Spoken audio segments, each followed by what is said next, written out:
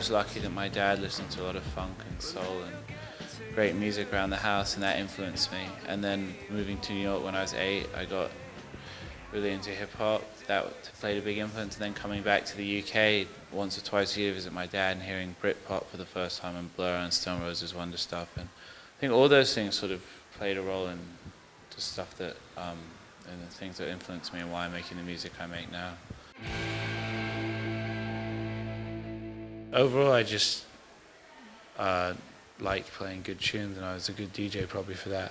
Not sure if I did anything mind expanding.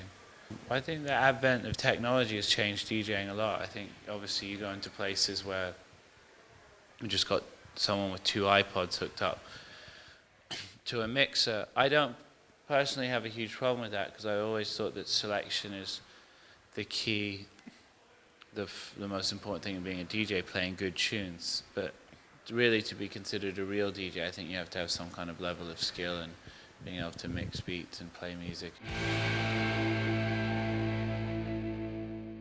I think the reason that big name DJs like Paul Oakenfold and Tiesto and people like that are huge is because 25, 30,000 people will come out to see them at a show. So on that level, it does make them rock stars. People like that music as much as they like rock and roll, some people, so that's why they're considered on the same level. Well, as a producer, it makes my roles a bit different than an artist. So most of the time, I'm not necessarily writing the record. So a lot of the time, I get inspired by the artist. If somebody like Amy comes and plays me a song, like Wake Up Alone or something on the guitar, then I'm inspired to the soundscape of that and to make something that suits the song and her voice and the emotion.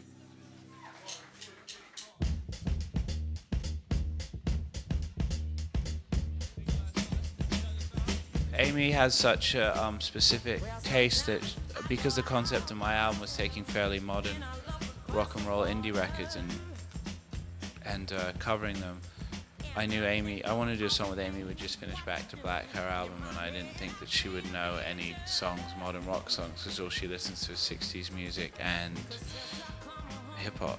So I asked her and I said, is there any new song that you know? And she said, well, I like the song Valerie by the Zootones, and that's why we did that.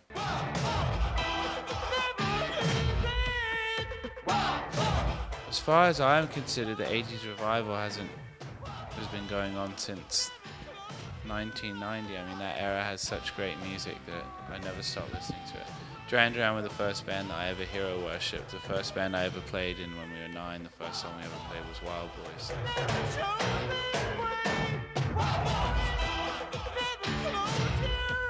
I feel really lucky that the artists that I've worked to up to now, as talented as they are, I've really met them by luck or by chance, and meeting Lily in a nightclub or Daniel Merriweather hearing his demo, a Rhymefest meeting through a friend, all that kind of stuff has just led me to this point where I'm at now. So I haven't really ever got that caught up in who I want to work with next or finding this person. Even the Kaiser Chiefs, who are one of my favorite bands, I met them really randomly because I covered one of their songs. They liked it, and they came and appeared in the video, and now I'm producing their new record. So I like that sort of like the way of the universe. Sort of sounds cheesy, but it brings you to people.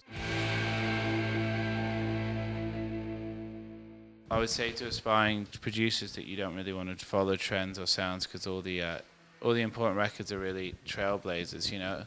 It's nice to be the next Timbaland or somebody like that, but it's much cooler to just be Timbaland.